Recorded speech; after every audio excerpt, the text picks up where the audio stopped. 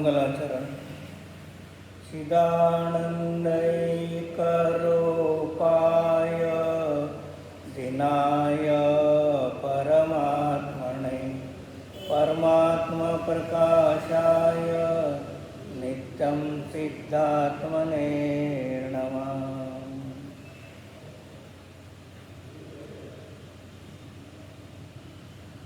पान नंबर 72, गाथा नंबर 52. गाथा नंबर 52. अप्पाकम विजौ केवल नाणे जैन लोया लो विवगुणै धिय सौवगौ उच्चैतेन है कर्मवर्जित जीव केवल ज्ञान से ही जानता सब लोक और आलोक इससे सर्वगत उसको काम. आचार्य योगेंद्र देवी परमात्म प्रकाश ग्रंथ. परमात्म प्रकाश ग्रंथामध्ये आचार्य परमात्मा होण्याचा मार्ग, जे जीव परमात्मा झाले ते कोणत्या मार्गाने परमात्मा झाले आणि ज्यांना परमात्मा होण्याची इच्छा आहे, भावना आहे, त्याच्यासाठी हा ग्रंथाची रचना केलेली आहे. आणि जिनवाणीमध्ये मूळ सिद्धांत जो आहे, मूळ जो सिद्धांत आहे तो सिद्धांत कसा आहे? वस्तू अनेकांतात्मक आहे, वस्तू अनंत धर्मात्मक आहे. अनेकांत अनंत धर्मात्मक वस्तू ही प्रमाण ज्ञानाच्या द्वारे आणि नय ज्ञानाच्या द्वारे जाणली जाते. त्याच्यात पुस्तक, एक तर पुस्तक आहे तर पुस्तक त्यात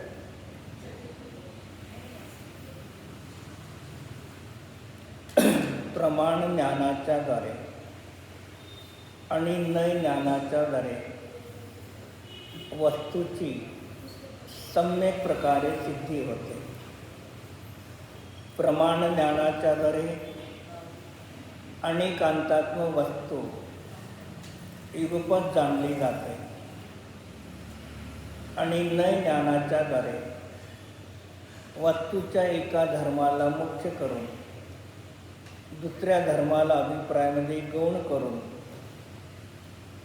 जे जाणलं जातं किंवा कथन केलं जातं त्याला नय म्हणतात. मग प्रमाणाच्या द्वारे अनेकांतात्मक वस्तू का जाणली जाते आणि नय ज्ञानाच्या द्वारे सम्यक एकांत वस्तू का जाणली जाते? तर आचार्य प्रमाण ज्ञानामध्ये काय आहे? प्रमाण ज्ञानामध्ये प्रकृष्ट विशुद्धी आहे. मग प्रकृष्ट विशुद्धीने सहित प्रमाण ज्ञान आहे.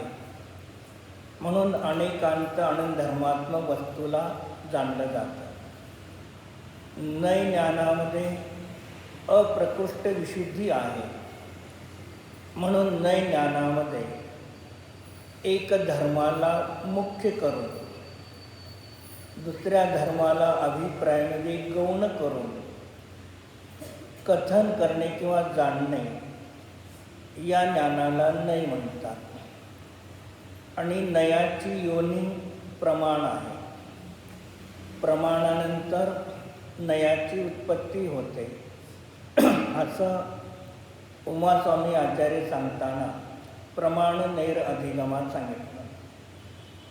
मैलधवलमध्ये चक्रमध्ये जातो तेव्हा तिथे सांगतात नयानंतर प्रमाणाची उत्पत्ती होते. नय चक्रामध्ये सांगितलं जातं नयानंतर प्रमाणाची उत्पत्ती होते. आणि उमास्वामी आचार्य प्रमाणानंतर न येतात दोन्ही. कुंद आचार्यसुद्धा प्रवचनसारमध्ये त्या ठिकाणी सांगतात की नयानंतर प्रमाणाची उत्पत्ती होते. मोत्याचा जो हार आहे त्या मोत्याच्या हाराला प्रत्येकाला भेद रूपाने जाणतो. तेव्हा एक एक अंश जाणतो तेव्हा काय आहे नय आहे. आणि तोच हार घरी येऊन गळ्यामध्ये घालून पाहिला तेव्हा काय झालं प्रमाण. ते पहिले भेद रूपाने पाहिलं नाही, नाहीतर संपूर्ण हाराचा अनुभव करतो त्याला प्रमाण. जे दोन्ही आचार्यांचे त्याच्या अभिप्रायाने ते कथन सत्य आहे. कारण भेदाला न जाणता अभेदाला प्राप्त होऊ शकत नाही. इकडून नयानंतर प्रमाण होतं आणि अभेदाला जाणल्याशिवाय भेदाला प्राप्त होऊ शकत नाही. म्हणजे दोन्ही आचार्यांचे कथन आपल्या आपल्या अपेक्षेने 100% सत्य आहे. आणि पूज्यपाद आचार्यांनी जैनेंद्र व्याकरणामध्ये पहिलं सूत्र काय लिहिलं, सिद्धीर अनेकांतात. व्याकरणाचा ग्रंथ आहे आणि त्या व्याकरणाच्या ग्रंथावरील सुरुवातीला झालं सिद्धीर अनेकांतात्मक. जे अनेकांताने पदार्थाची सिद्धी होते, एकांताने पदार्थाची सिद्धी होत नाही. म्हणून अनेकांत हा जिनधर्माचा प्राण हृदय आहे. शाद्वाद हा जिनागमाचा प्राण हृदय आहे.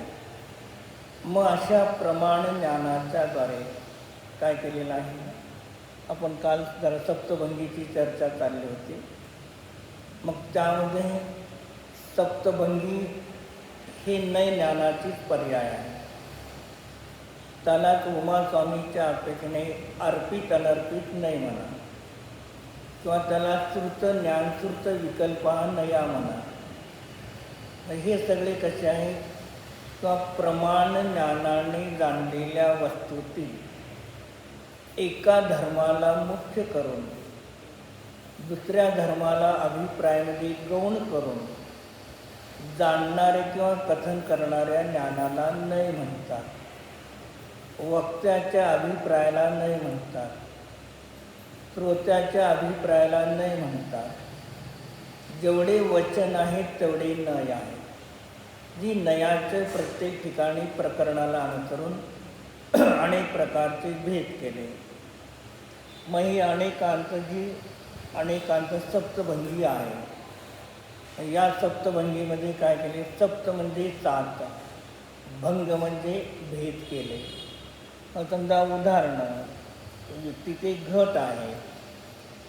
पहिल्यांदा स्थूल रूपाने सप्तभंगी एक द्रव्यामध्ये काय, एक द्रव्यामध्ये सामान्य जीवाला सप्तभंगी समजणार नाही.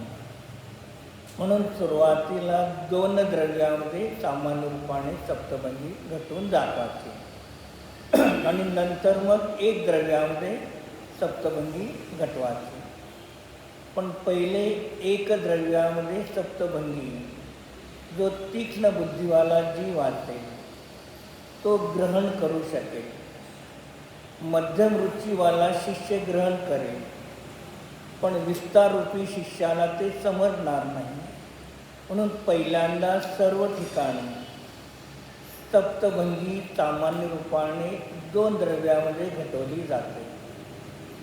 मग 2 द्रव्यामध्ये घटवून परत एका द्रव्यामध्ये घटवा आणि एका द्रव्यामध्ये घटवून मग पहिल्यांदा जी 2 द्रव्यामध्ये सप्तभंगी सांगितली ती खोटी आहे हे नंतर सांगा. हे समजल्यानंतर ज्याला 1 द्रव्यामध्ये समजते त्याला व्युत्पन्न आहे, त्याला 2 द्रव्यात सांगण्याची आवश्यकता नाही. मग आता इथे समजा घट विषय आहे. मग या घटाला काय आहे, सप्तभंगीच्या द्वारे आपणाला कथन करायचं आहे.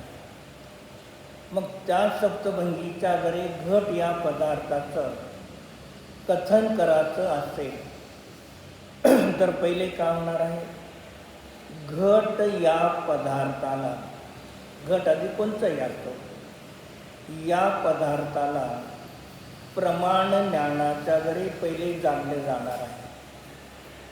घट काय आहे, हा पदार्थ वस्तू द्रव्य आहे, त्याला पहिले प्रमाण ज्ञानाने जाणलं जाणार. मग प्रमाण ज्ञानाने जाणल्यानंतर त्या घटाचं कथन वचनामध्ये नयामध्ये येणार आहे.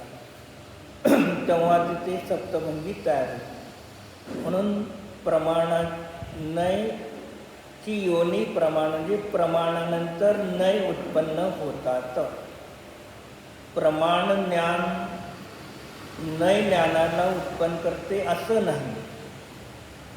प्रमाण ज्ञान पर्याय नय ज्ञानाला उत्पन्न करते असं नाही. प्रमाणानंतर नय उत्पन्न होतात. म्हणून त्याला काय म्हणलं, प्रमाणाची योनीतून नयाची उत्पत्ती झाली. जसं उमाचं येतं ना, श्रुतम मतिपूर्वकम. मग श्रुत ज्ञान कसं होतं, मती ज्ञानपूर्वक श्रुत ज्ञान होतं. मग याचा अर्थ श्रुत ज्ञानाला मती ज्ञानाने उत्पन्न केलं का, नाही. जर श्रुत ज्ञानाला मती ज्ञानाने उत्पन्न केलं तर त्याला मतीचं संज्ञा प्राप्त व्हा, श्रुत संज्ञा प्राप्त होऊ नये. पण श्रुतम मतिपूर्वकम सांगत असताना श्रुत ज्ञान पर्याय वर्तमानमध्ये कार्यरूपाने प्रगट आहे, तर त्याचा पूर्वचर हेतू, पूर्वचर कारण, दर्शन उपयोग नाही, हे नास्ती सांगायचं.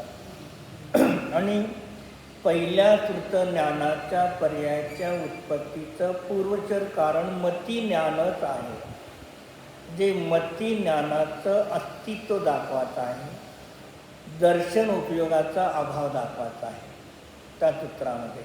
ऐक, आणि मती ज्ञान हे पूर्वचर कारण सांगून मती ज्ञानाचा अभाव सांगायचा आहे. काय सांगायचं आहे, अभाव सांगायचा आहे. ज्याचं नास्तित्व सिद्ध करायचं असेल त्या पदार्थाची पहिले अस्ति सिद्ध करा. अस्तित्व सिद्ध केल्यानंतर नास्तित्व घटू शकतं. वांझेचा पुत्र नाही आणि त्याचा विवाह आहे, त्याची प्रेत यात्रा निघाली, होऊ शकेल का, नाही. मग ज्या मातेचा पुत्र असेल त्याचा विवाह होऊ शकतो. आयुष्य संपल्यानंतर मृत्यू झाली तर त्याची प्रेत यात्रा निघू शकते. मग तसं मती ज्ञानाला सद्भारूप कारण आणि अभारूप कारण दोन्ही आहे. मग ते मती ज्ञान श्रुत ज्ञानाने उत्पन्न झालं नाही. मग श्रुत ज्ञानावर्णीय वीर्यांत्रय कर्माच्या क्षोक्षमाचं निमित्त असताना आत्मा स्वयं श्रुत ज्ञानरूपाने परिणत झालेला आहे. म्हणजे मती ज्ञानामुळे श्रुत ज्ञान उत्पन्न झालं नाही. आणि श्रुत ज्ञानाच्या स्वयंच्या क्षणिक उपादानाने श्रुत ज्ञान झालेलं आहे, मती ज्ञानामुळे झालं नाही. पण पहिली श्रुत ज्ञानासाठी मती ज्ञान सद्भाव आणि अभाव दोन्ही कारणं दाखवले. मग तसं या ठिकाणी आपण सप्तभंगी पाहताना स्थूल रूपाने जे घट आहे, घट एक वस्तू आहे. मग एक सामान्य रूप घट आहे, घटामध्ये घट आहे, घटाला सोडून अन्य पदार्थ त्याच्यामध्ये नाही. मग पहिल्या भंगामध्ये काय सांगणार, शात घट अस्ति, हा घट आहे. मग अस्ति धर्माच्या जरी काय सांगितलं, घटाची अस्ति दाखवली. तर दुसरा भंग आहे शात नास्ति. दुसरा भंग शाद नास्ती. पहिला शाद अस्तीमध्ये घट आहे हे सांगितलं. दुसऱ्या भंगामध्ये शाद नास्ती. मग शाद नास्ती म्हणजे काय? घटाला सोडून अन्य त्याच्यामध्ये नाही. पुस्तक, चौकी आदी का बरं? घट आहे अस्तीमध्ये, नास्ती. मग घटाला सोडून पुस्तक, चौरंग आदी अन्य पदार्थ नाही. हे नास्ती म्हणजे किती जगून 2 द्रव्यात दाखवं लागलं. घट आणि पट आदी पुस्तक हे नास्तीमध्ये दाखवून दिलं. तर तिसरा जो आहे अवक्त. काही ठिकाणी तिसरा येतो, काही ठिकाणी चौथा तिसऱ्याने येतो. प्रत्येक आचार्याच्या अभिप्रायाने दोन्ही आहे आणि दोन्ही अपेक्षेने तिथे काही चूक नाही. मग तिसऱ्या भंगामध्ये सांगितले की शाद अवक्तव्य. मग घट आहे आणि घटाला सोडून अन्य पदार्थ नाही. हे दोन्ही एकाच शब्दात वाक्यात सांगा. तर सांगता येतं का? म्हणून तिसरा भंग झाला. घट आहे आणि अन्य नाही हे दोन्ही एका वाक्यामध्ये सांगता येत नाही. म्हणून तिसरा अवक्तव्य भंग तयार झाला. मग शिष्याने प्रश्न विचारला. मग अवक्तव्य जो आहे मग ते शब्द अवक्तव्य शब्द वक्तव्य आहेत. म्हणून अवक्तव्य सर्वथा अवक्तव्य असू शकत नाही. अवक्तव्य शब्द वक्तव्य आहे, पण विषयाचं कथन करता येत नाही. म्हणून त्याला अवक्तव्य हा तिसरा भंग सांगितला. मग जर अवक्तव्यच आहे, काय घट आहे आणि पट आदी नाही, हे सर्वताच सांगता येत नाही का? असा प्रश्न उत्पन्न झाल्यानंतर मग चौथा भंग सांगितला. शाद अस्ति नास्ती. मग हा घट आहे हे क्रमाने अस्ति सांगितले आणि नास्ती घटाला सोडून अन्य नाही. जे काय आहे काय नाही एका वाक्यामध्ये सांगता येत नाही, पण 2 भिन्न भिन्न वाक्यामध्ये अस्ति नास्ती क्रमाने सांगता येते. म्हणून तिसऱ्यामध्ये हा घट आहे अस्ति सांगितले आणि घटाळपट आदी नाही. जे चौथ्यामध्ये क्रमाने सांगता येतात, तिसऱ्यामध्ये इतपत सांगता येत नाही. मग ते चौथा भंग तिथे तयार करतात. परत पाचवा शाद अस्ति अवक्तव्य. मग का सांगलं? शाद अस्ति घट आहे. तर अवक्तव्य म्हणजे काय? अन्य जे नाही ते सांगितलं म्हणून अवक्तव्य. घट आहे, शाद अस्ति घट सांगितलं. अवक्तव्य म्हणजे काय नाही हे तिथे कथन केलं नाही, तिथे अवक्तव्य. 6वा शाद नास्ती अवक्तव्य. पट आदी नाही, अन्य पदार्थ नाही म्हणून ते नास्ती सांगितले. आणि आहे आधी ते सांगितलं नाही. घट सांगितला का? नाही. म्हणून अवक्तव्यामध्ये घटाला घ्या त्या ठिकाणी. 7व्यामध्ये शाद अस्ति नास्ती अवक्तव्य. मग घट आहे आणि घट नाही आणि अवक्तव्य.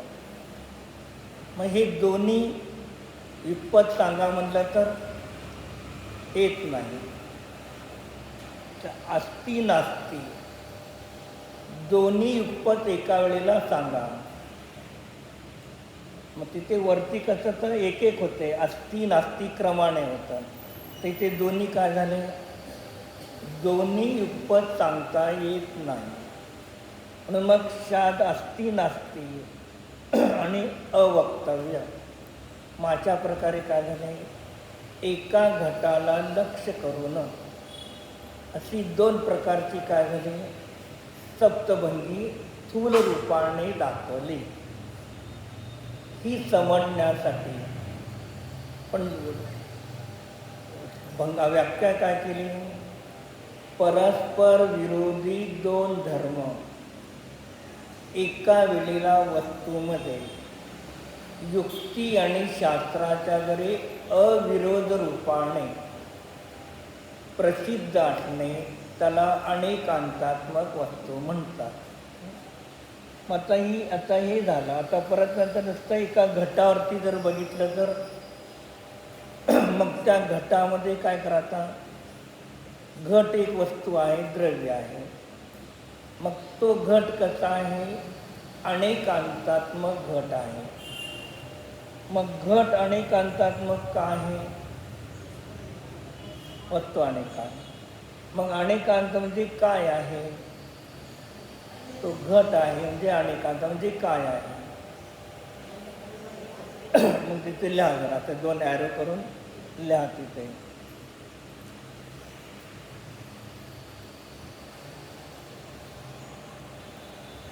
अस्ति आणि नास्ती लिहा दोन.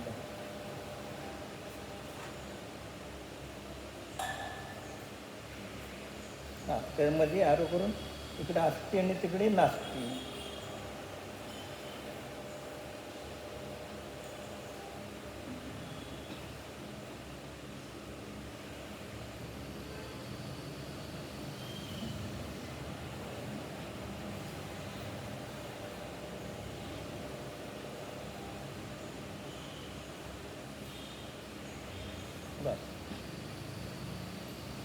मग घट ही आता एक वस्तू आहे.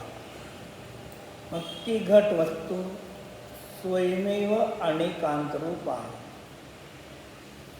घटामध्ये अस्तित्व नावाचा धर्म आहे.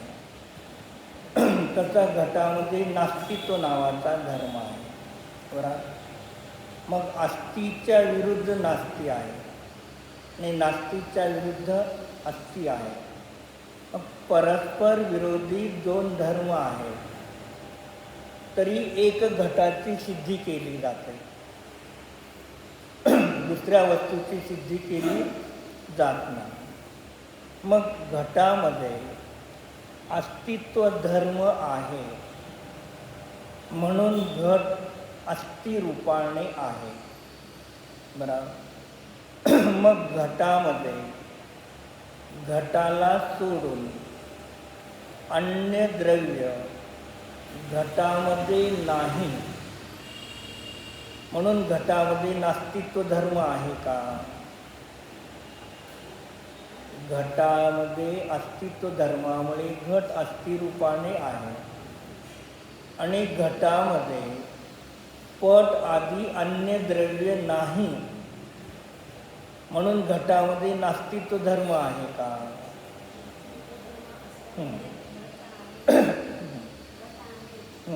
मग आता म्हणलं काय? मग घटामध्ये अन्य द्रव्य नाही म्हणून घटामध्ये नास्तित्व धर्म आहे असं मानलं तर का होऊन जाते? धर्म निरपेक्ष असतात तर त्याला सापेक्ष मानावं लागेल. आपल्या घरामध्ये आपलं घर आहे आणि अन्याचे घर आपल्यामध्ये नाही म्हणून आपल्यामध्ये नास्तित्व धर्म आहे असं मानणं चुकीचं आहे. मग माझ्यामध्ये नास्तित्व धर्म आहे म्हणून अन्नद्रव्य माझ्यामध्ये नाही.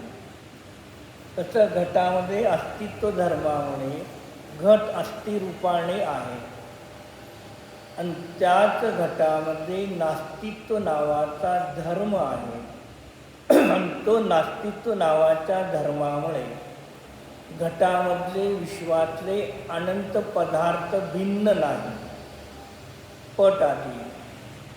आणि याच घटामध्ये या घटाच्या सादृश्य अनंत घट विश्वामध्ये आहेत ते सुद्धा त्याच्यामध्ये नाही.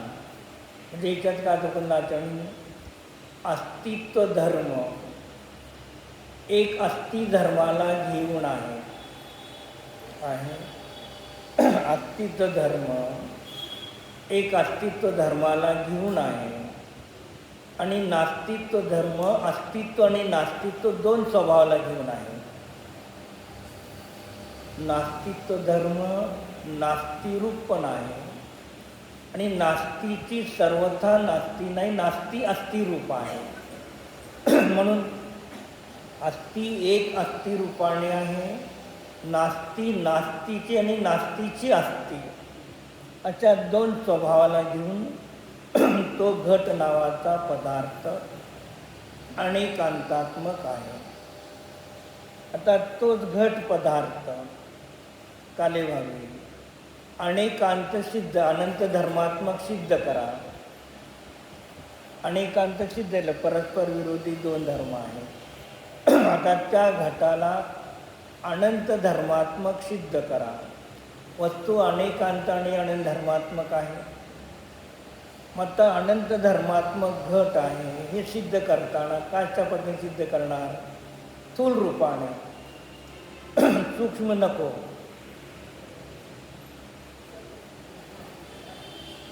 अनेक अनंत धर्मात्मक, समजा तीन धर्म सांगा, बाकी तीनमध्ये बहुवचन आले की सगळे त्याच्यामध्ये गर्भित होतात.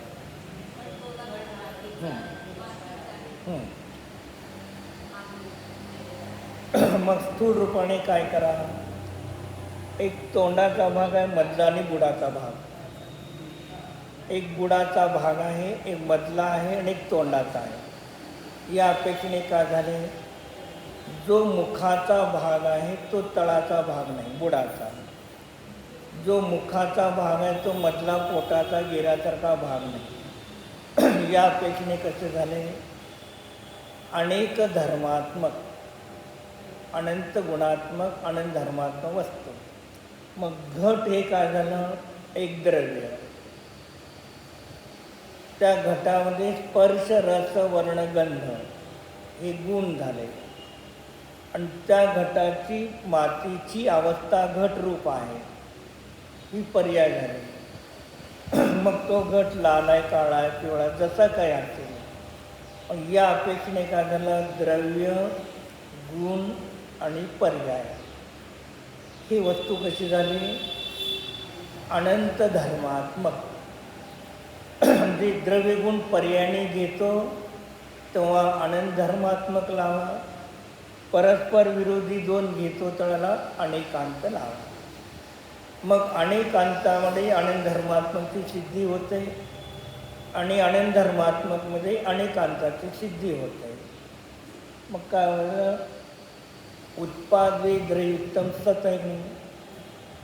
मग उत्पादवे तीन भंग झाले, भेद झाले.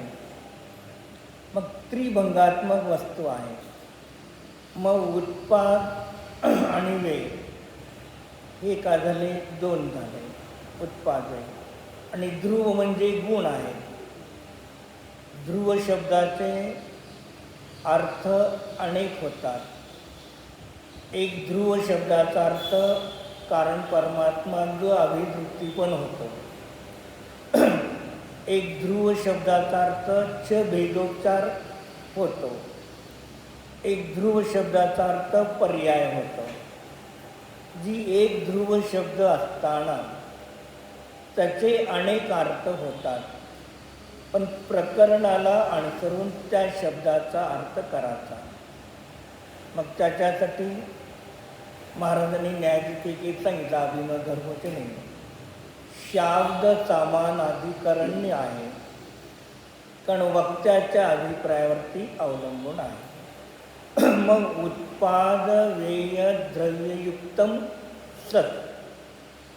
मग आता इथे सत कुठे झालं? शेवटी सत आलं. मग सत काय झाला? अंतदीपक. पंचपरमेष्ठीचा नमोकार मंत्र आहे.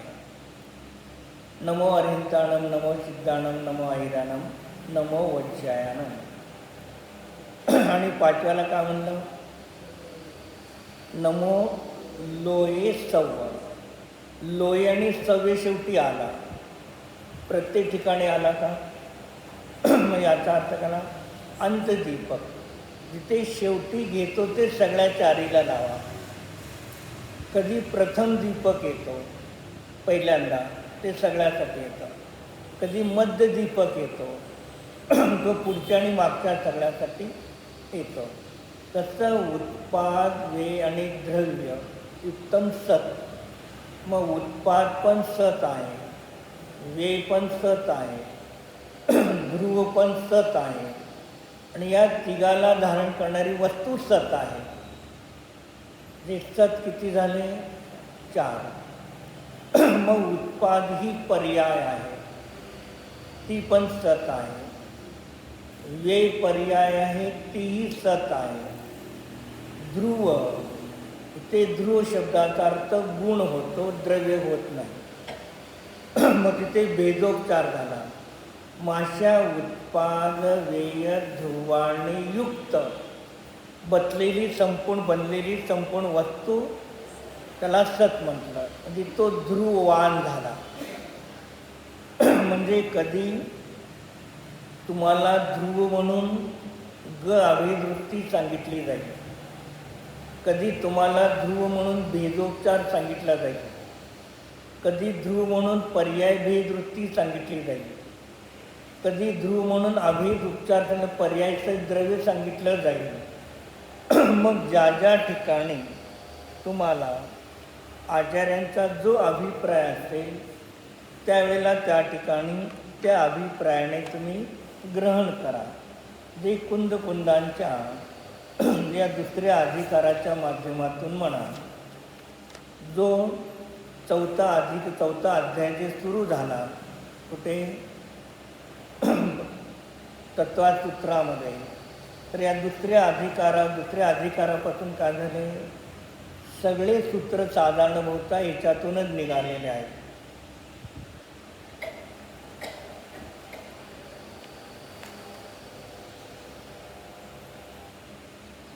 एकशे एक नंबर गाथा आहे.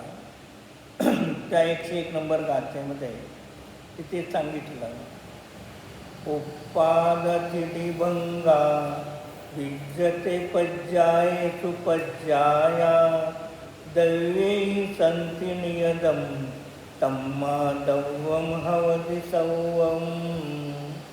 इथे काय सांगितलं? उत्पाद, ध्रुव आणि भंग म्हणजे नाश. विज्जते दिसतात कुठे? पज्जायेषु म्हणजे उत्पादाला सुद्धा पर्याय म्हटलं, व्ययाला सुद्धा पर्याय म्हटलं, तिथी म्हणजे ध्रुव यालाही पर्याय म्हटलं. मग इथे काय झाला? उत्पाद वे ध्रुव तिन्ही पर्यायामध्ये होतात. मग उत्पाद आणि व्यय आहे त्याला तर आपण पर्याय मानायला तयार आहे. पण ध्रुवाला गुणाला पर्याय मानतो का आपण? नाही मानत. कारण गुण नित्य आहे. मग ते नित्य असताना त्याला पर्याय का म्हणतात? 7 नंबर चार्टमध्ये पहिले अप्रमाणचं वाचा, पहिली ओळ.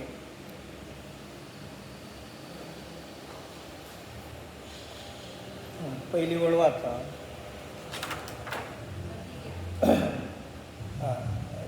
मती ज्ञान कतिपय पर्यायात्मक द्रव्य स्वार्थ परोक्ष प्रत्यक्ष इंद्रियार्थ मनाची अपेक्षा आहे. आता परोक्ष स्मृती प्रतिविना तर्क अनुमान प्रतितंत्रची अपेक्षा आहे.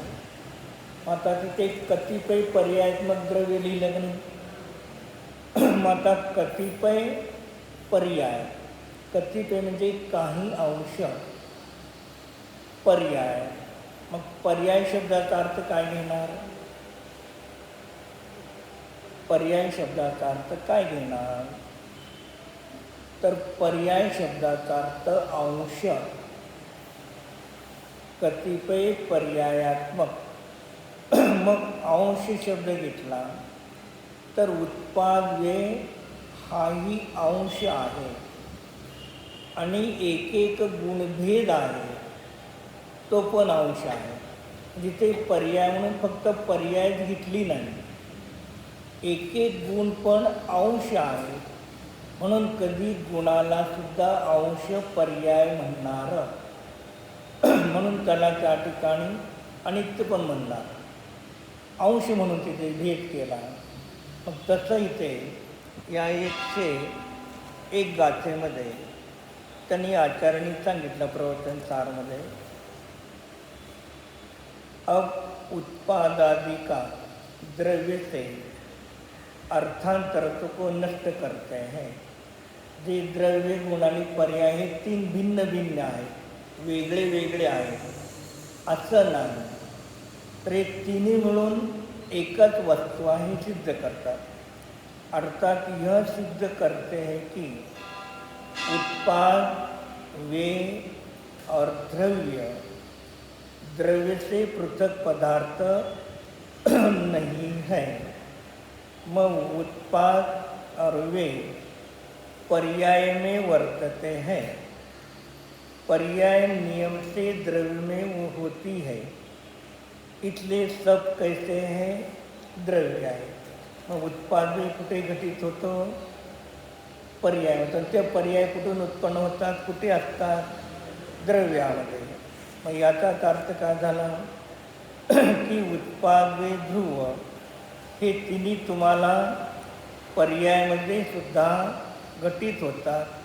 म्हणजे हे उत्पाद वे कसे आहेत, अंश आहेत. आणि उत्पाद व्ययाने संपूर्ण वस्तू कशी झाली, अंशी झाली. मग इथे ध्रुव शब्दाचा अर्थ गुण घ्यायचा आहे. तिथे ध्रुव शब्दाचा अर्थ तुम्ही ग अभिवृत्ती परमशुद्ध निश्चयने द्रव्य घेऊ नका.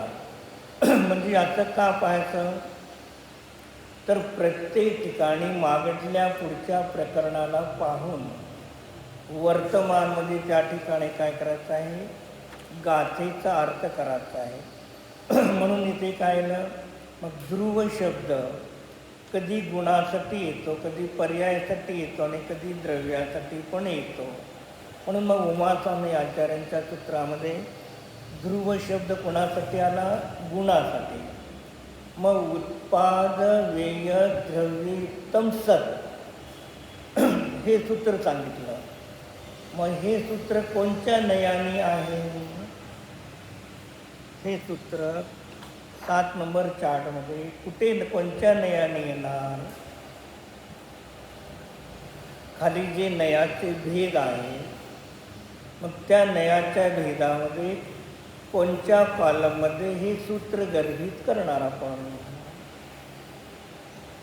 ड ठ ट र इ दोन य ल स ढ ट हे जे सगळे भेद आहेत, यामध्ये आपण याला कुठे गर्भित करणार, तर य मध्ये येतं. य कुठे आला, य कॉलम. गुण पर्यायवान अथवा द्रव्य पर्याय अथवा ध्रुव पर्याय, अशुद्ध द्रव्यार्थिक नाही. म्हणजे अशुद्ध निश्चय नयामध्ये अशुद्ध द्रव्यार्थिक नयमध्ये येणार. सामान्य रूपाने हा कुठला नय आहे, अशुद्ध निश्चय नय आहे. मग अशुद्ध निश्चय नयामध्ये जर तुम्ही ट पाहिला तर अशुद्ध निश्चय नयामध्ये ट एक अशुद्ध निश्चय नय आहे. अशुद्ध निश्चय नयामध्ये अशुद्ध द्रव्यार्थिक नय आहे. जे उमास्वामी आचार्यांचे सूत्र कुठे कसे कोणत्या न्यायात बसायचे हे दिसतं. जे गुणभेद पर्याय भेद करून द्रव्य दाखवलं नाही, मग गुणभेद पर्याय भेद करून तुम्ही द्रव्य दाखवलं म्हणून द्रव्यार्थिक नाही झाला. पण गुण पर्याय द्रव्य पर्याय असा भेद केला म्हणून अशुद्ध. म्हणजे अशुद्ध निश्चय न्यायामध्ये अशुद्ध द्रव्यार्थिक नाही, अशुद्ध निश्चय न्यायामध्ये अशुद्ध निश्चय नाही, अशुद्ध निश्चयामध्ये ड पूर्ण शुद्ध एकदे शुद्ध, एवढे अशुद्ध नयाचे भेद प्रभेद झाले. म्हणून हे 7 नंबर चार्ट वाचल्यानंतर समजल्यानंतर कोणतेही आचार्य कोणत्या ठिकाणी गाथा असो, सूत्र असो, टीका असो, वार्तिक असो किंवा अलंकार असो, हे आपल्याला बरोबर तिथे नाही काढता येतात. आणि हे जर नाही समजले आणि काल पंडितजीने सांगितलं की नाही दुपारच्या क्लासमध्ये, नय जर कोणाला माहीत नसेल, नयाचं अज्ञान असेल तर काहीसुद्धा बोध होत नाही. मग ते आचार्यांचे नय असतील, तुमचे नय नाही. तुम्ही प्रमाणाच्या द्वारे स्वतःच्या शुद्ध आत्म्याला जाणल्यानंतर जे तुमचं कथन होईल ते तुमचे नय आहे. आणि तुम्ही स्वतः प्रमाणाने शुद्ध आत्म्याला जाणलं नाही. आणि सगळे नयाचे भेद प्रभेद जसं जिनवाणीमध्ये सांगितलं तशा प्रकारे तुम्ही सर्व जरी सांगितलं तर ते परताप्रमाणे स्वतःप्रमाणे नाही. कारण तुमच्यापाशी अनुभव नाही, प्रमाण अतींद्रिय ज्ञान पर्याय नाही, तर तुमच्यापाशी तुमचे स्वतःचे नय नाहीत. मग ते आचार्याचे नयत. मग आचार्याचे नयत तुम्हाला काही उपयोगी. घरातल्या एका सदस्याला भूक लागली, त्यांनी जेवलं, बाकी सगळ्यांचं पोट भरतं का? मग प्रत्येकाला तिथे भोजन करावं लागणार आहे. म्हणून मग त्या ठिकाणी सांगितलं. आता आपल्याला काय करायचं आहे, घटामध्ये सप्तभंगी लावतात एक वस्तूमध्ये. पहिल्या आपण दोनमध्ये पाहिलं. पहिला म्हणला शांत अस्थि. मग त्या घटामधला पहिला भंग अस्थिभंग सांगितला, चाद अस्थि म्हणून. तर शांत नास्ती. मग घटातला नास्ती धर्म सांगितला. हे दोन धर्म अस्थि नास्ती, मुख्य दोन धर्म. मग याला करून बाकीचे 5 धर्म तिथे जोडप्याला. आता तिसरा भंग आहे घटामध्ये अस्थि आणि नास्ती धर्म युगपत सांगा एका वेळेला. तर घट कसा आहे, अवक्तव्य आहे. जे घटामधील अस्थि आणि नास्ती धर्म दोन्ही सांगितले नाहीत. सांगता येतात का? दुसरा नास्ती धर्म सांगितला तर त्याला अस्थि धर्म सांगितला का? नाही. मग तो सांगितला. तिसरा ते दोन्ही युगपत सांगा म्हणतात. पण दोन्ही क्रमाने सांगता येतात म्हणलं तर चौथा भंग शाद अस्थि नास्ती झाला. मग शाद अस्थि अवक्तव्य. मग अस्थि धर्म सांगितला पण नास्ती धर्म सांगितला का? त्या नास्तीच्या अपेक्षेने अवक्तव्य. हां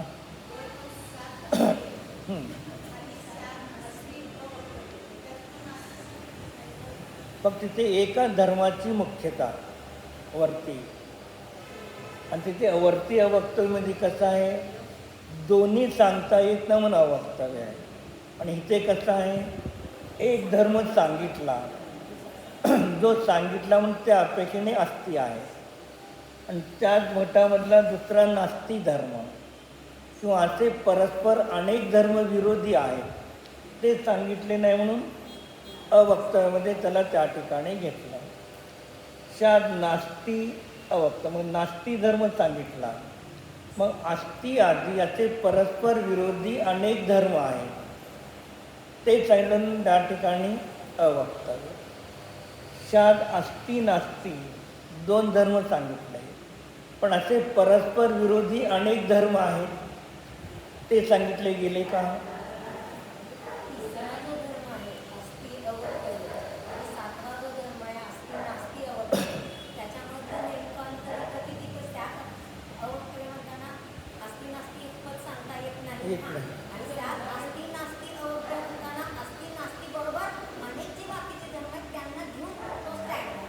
केलेलं आहे. मग दोन तर तुम्हाला सांगितले हे अस्थीमध्ये, पण असे परस्पर विरोधी अनंत धर्म आहेत. हा घट आहे आणि घट नाही, दोन धर्म सांगितले नाही, अस्थि नास्ती. शाद म्हणजे अस्थि नास्ती, घटामधला अस्थि आणि नास्ती धर्म सांगितला शादमध्ये. आता अवक्तव्यमध्ये काय केलं, त्या घटामध्ये आपण काल पाहिलं की नाही, सामान्य विशेष, भावाभाव, धर्मी धर्म, नित्य अनित्य असे परस्पर अनंत धर्म आहेत.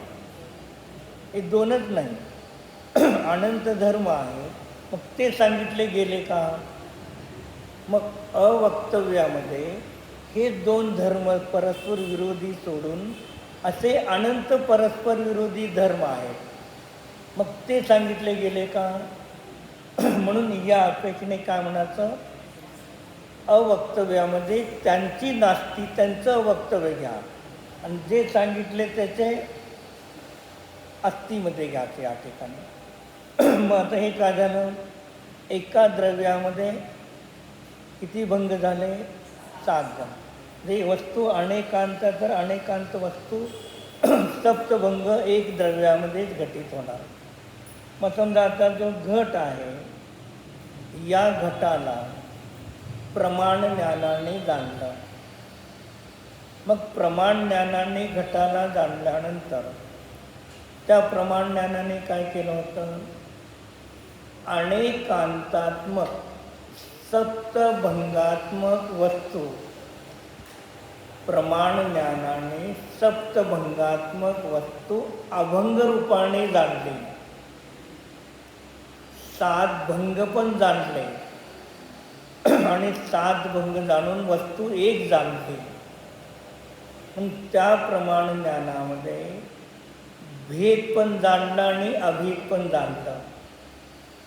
पण तिथे भेद अभेदाचा विकल्प नाही, जाणण्याची प्रक्रिया झालेली आहे. मग प्रमाण ज्ञानाने जर सप्तभंगात्मक वस्तू जाणली नसती तर नय ज्ञानामध्ये 7 भंग सांगितले गेले असते का? नाही. प्रमाणामध्ये फक्त 2च भंग जाणले, 2च धर्म जाणले. बाकीचे जर 5 धर्म जाणले नसते तर नय ज्ञानाने बाकीच्या 5 भंगाची उत्पत्ती झाली नसती. प्रमाण ज्ञानाने अशी सप्तभंगात्मक वस्तू अभंग एक रूपाने जाणली. मग नंतर नय ज्ञानाने एक एक धर्म त्याच्यातले सांगितले. या रूपाने काय म्हणणार, प्रमाण ज्ञानाने जाणलेल्या वस्तूतील एका धर्माला, एका अंशाला जाणणाऱ्या ज्ञान पर्यायाला नय म्हणा किंवा सप्तभंगी म्हणा. मग नय ज्ञानाची 3 प्रकारे व्याख्या लिहून दिली. ऐका तुमच्यापासून. नयाचे 4 भेद आपण केलते. नय एक हेडिंग घेतला होता, त्या नय हेडिंगचे 4 भेद केले होते. मध्यभागी नय त्याचे 4 भेद असे लाईनवरती 1 2 3 4 असे त्याचे 4 भेद करा नयाचे. 1 2 3 आणि 4 असे सर्व 4. 1 2 3 4. मग पहिले काय सांगितलं होतं, एक उमास्वामी आचार्यांच्या अपेक्षेने 33व सूत्र, नैगमादी 7 नाही.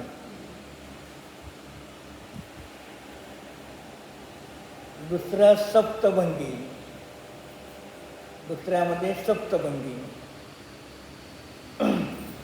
तर तिसऱ्यामध्ये प्रमाणाने जाणलेल्या वस्तूतील एका अंशाला जाणणारी ज्ञान पर्याय, त्याला नय म्हणतात.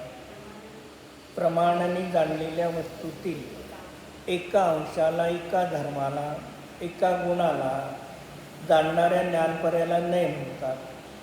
मग हे 3 काय झाले, नयाचे भेद केले.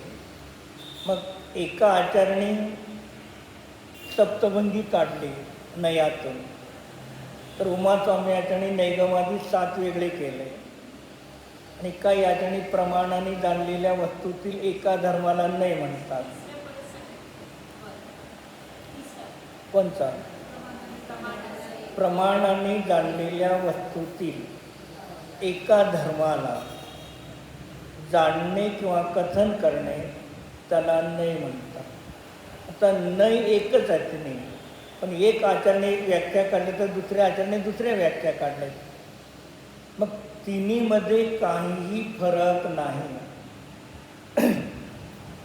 नैगम कोण म्हणेल नैगमादी सातमध्ये फरक आहे, या दोघांपेक्षा वेगळा आहे.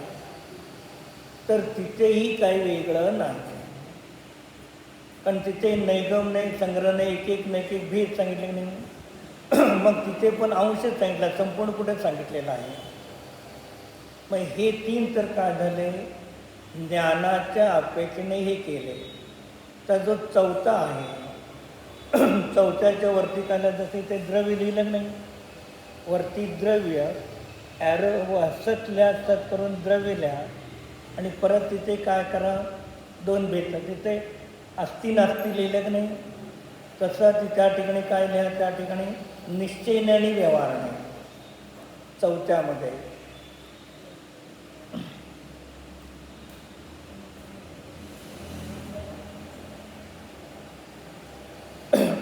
म्हणजे एक नय शब्द येतो त्यावेळेला आचार्य कुठे नय शब्दाचा अर्थ काय सांगायचा आहे ते आपल्याला समजणं आवश्यक आहे. मग कोण म्हणेल वस्तूमध्ये निश्चयने व्यवहारणे नसतो,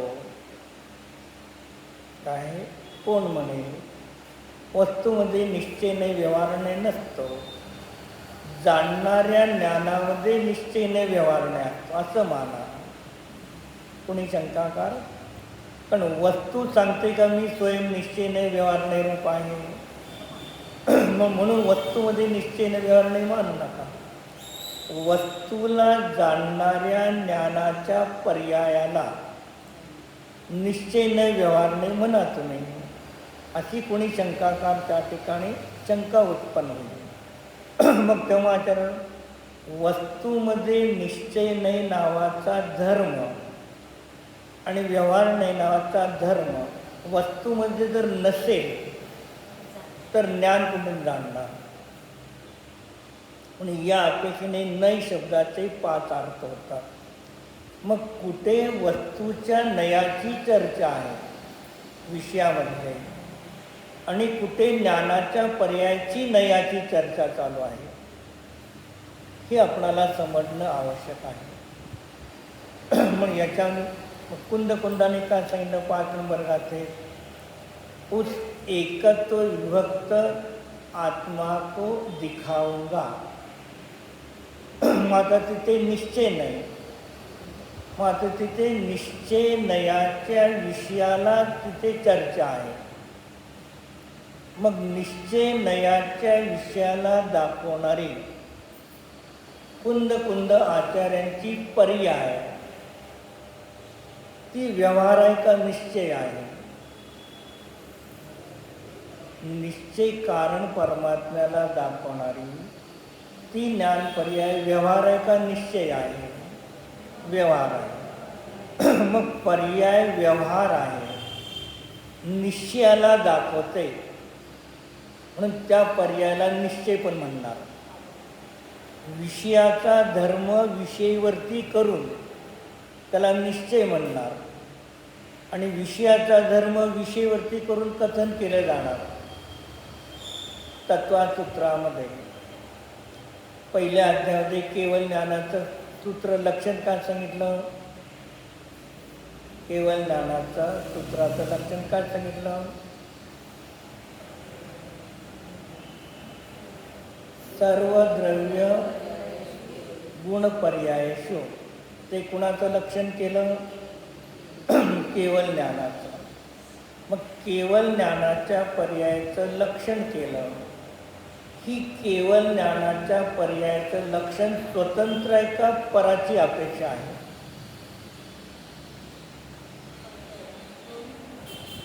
स्वतंत्र आहे का पराची अपेक्षा आहे, पर आहे. सर्व द्रव्य सर्व गुण आपला जाणतं ते कोण आहे, मग ही केवळ ज्ञानाची पर्याय आणि विश्वामध्ये असणारे सर्व द्रव्य गुण पर्याय त्याला जाणतं. हे सापेक्ष का निरपेक्ष उपचारित अर्थभूत व्यारणे झाला. केवळ ज्ञानी जीवाहून विश्व भिन्न आहे. मग तिकडून घेतलं तर विषयाकडून विषयीचं कथन केलं आता केवळ ज्ञान पर्यायाचं स्वतंत्र कथन करा, विषय निरपेक्ष, हे तर सगळ्याला परिचित आहे. मग केवळ ज्ञान पर्यायाचं बाहेरच्या विषयाला न घेता स्वतंत्र केवळ ज्ञानाच्या पर्यायाचं लक्षण करा, निरपेक्ष, निरपेक्ष. मग काय सांगणार तिथे आपण?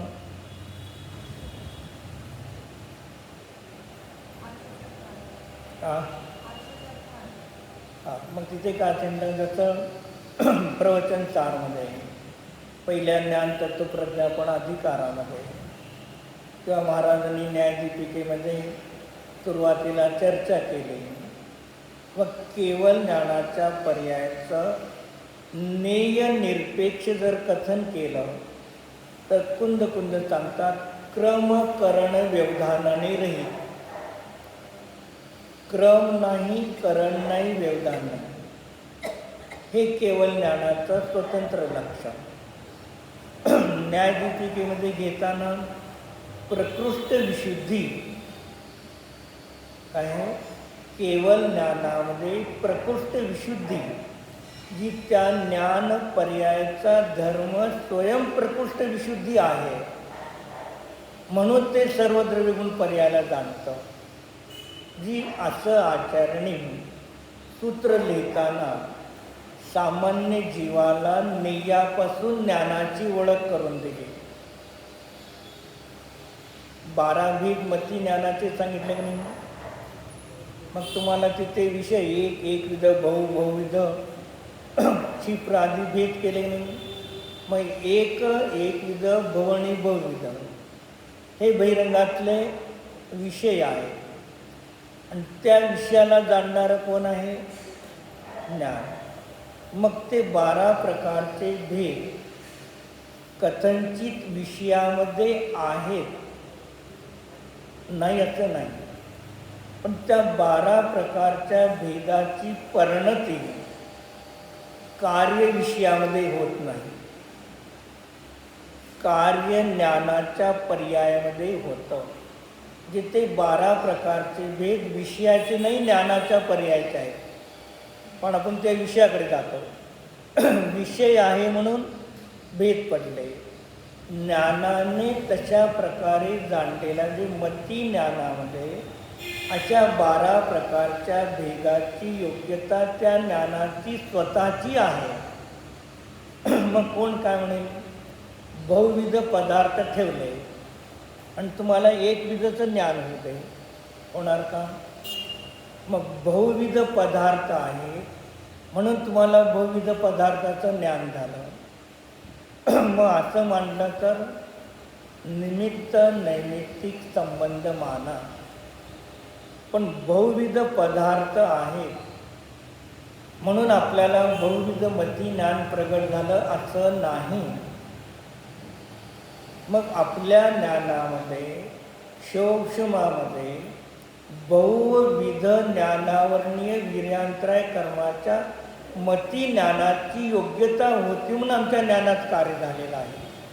मग आमच्या ज्ञानात कार्य झालं असताना बहिरंगामध्ये विषय आहे, पण विषयामध्ये कार्य होत नाही, आपल्या ज्ञानाच्या पर्यायामध्ये कार्य होतं. पण लोक विषयावरती जातात, पण त्या विषयाला जाणणाऱ्या आपल्या ज्ञानाच्या पर्यायाच्या भेदाची तिथे चर्चा आहे. तसं इथे काय झालं तर एक सप्तभंगी झाली की नाही, तर वरती जे नित्य अस्ति आणि नास्ति 2 आहेत ना धर्म, मग त्यावेळेला काय झालं, सामान्य रूपाने एक सप्तभंगी प्रमाण ज्ञानाने जाणले. मग तेच प्रमाण ज्ञानाने त्या अनेकांतात्म वस्तूला जाणताना 2 सप्तभंगी जाणल्या. कोणत्याचा? 2 सप्त, एक प्रमाण सप्तभंगी आणि नय सप्तभंगी. मग एका ज्ञानाच्या प्रमाण ज्ञानामध्ये एका वेळेला 2 सप्तभंगी आणि 2 सप्तभंगीचे 14 भंग कळाले, एक प्रमाण ज्ञान जाणतं. तेव्हा नय ज्ञानामध्ये 2 प्रकारच्या सप्तभंगी 14 प्रकारचं कथन होतं. अभ्यास करा, जरा अभ्यास करा, वाचन करा, म्हणजे जिनवाणी खोलाची असेल तर व्यवस्थिशीर ग्रहण म्हणजे हे सगळं आचरणीत दिलेलं आहे. फक्त जरा आपला पुरुषार्थ थोडा कमी पडतो. आणि जे समजा जरी जे वाचन केलं आहे, ऐकलं आहे, त्याचं चिंतन मनन करत सतत राहावा. तर आपल्याला काय होईल नाही, जसं आपल्याला दिवसभरून काम करून कंटाळलो, त्याला 1 तास अर्धा तास सिरियल पहा, बातम्या पहा. तसं इथून गेला तुम्ही घरी काय तुमचं जे असेल ते झालं. तर रात्री झोपताना आपण काय लिहिलं ते जर वाचून झोपायचं, परत त्याला उघडा आणि ते ज्ञानात घेऊन झोपताना त्याचं चिंतन मनन करत करत झोपा. मग तुमची धारणा आपोआप तयार होते, धारणा करावं लागत नाही. हो.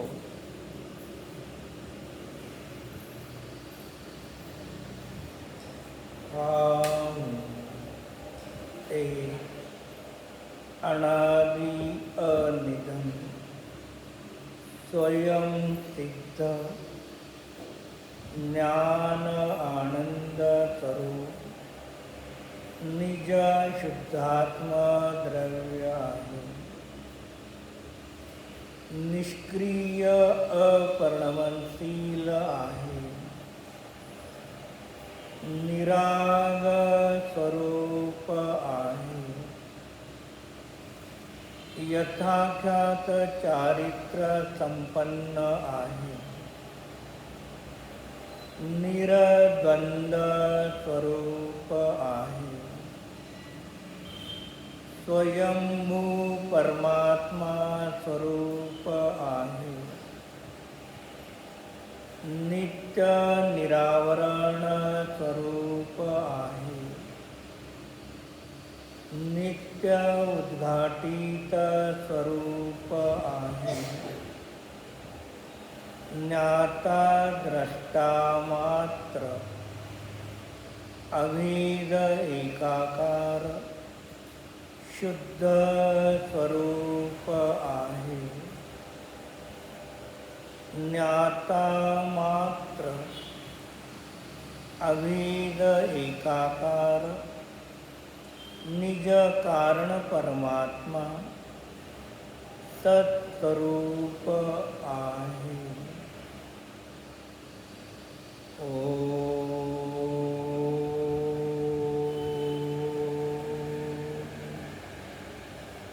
शांति शांति शांति.